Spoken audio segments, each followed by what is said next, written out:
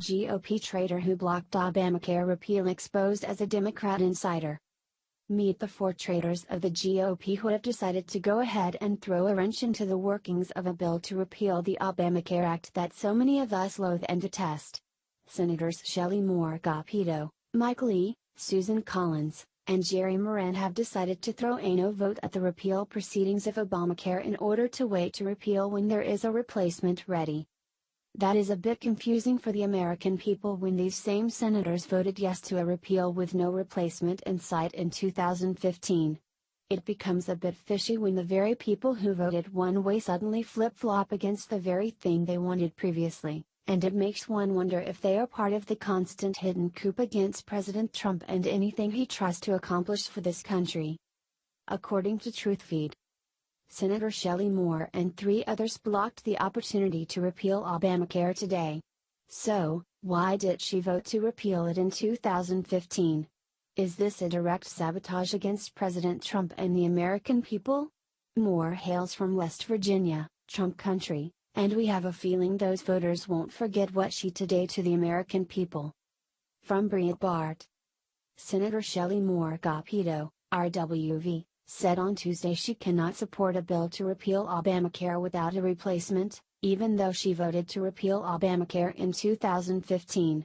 Repealing Obamacare would fulfill a 7-year-long promise Republicans made to the American people. Senator Capito said in a statement, "My position on this issue is driven by its impact on West Virginians. With that in mind, I cannot vote to repeal Obamacare without a replacement plan that addresses my concerns and the needs of West Virginians."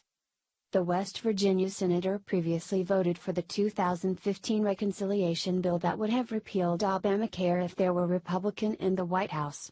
The 2015 Obamacare repeal made it to President Obama's desk and Obama vetoed the bill. Now that Americans voted for Donald Trump to repeal Obamacare, Capito says she cannot vote for a bill that would repeal most of Obamacare. Senator Susan Collins also admitted on Tuesday that she will not vote to repeal Obamacare. Senators Collins and Capito's opposition to an Obamacare repeal bill puts the bill's odds of passing through the Senate in dire straits.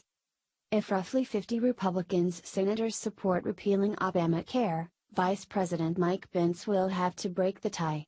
The Senate will also have to wait for Senator John McCain, ROZ, to return from his convalescence after he had a blood clot removed from above his left eye. The Senate will remain in session until August 11 to pass necessary legislation before breaking for their August recess. Senator Tom Cotton, ROC, chided Republican senators who might vote against a bill they supported in 2015 when they knew it was largely symbolic, given that Obama planned on vetoing the bill. Senator Cotton told radio host Hugh Hewitt on Tuesday, "I don't see how any Republican senator who voted just 18 months ago for this very piece of legislation could now flip-flop 18 months on with Obamacare still inflicting so much harm on Americans, and the fact that we campaigned on this for 4 straight elections." From Politico, Republican Senators Mike Lee and Jerry Moran said Monday night they will join 2 other senators to oppose the Obamacare repeal bill, dooming the GOP initiative in the Senate.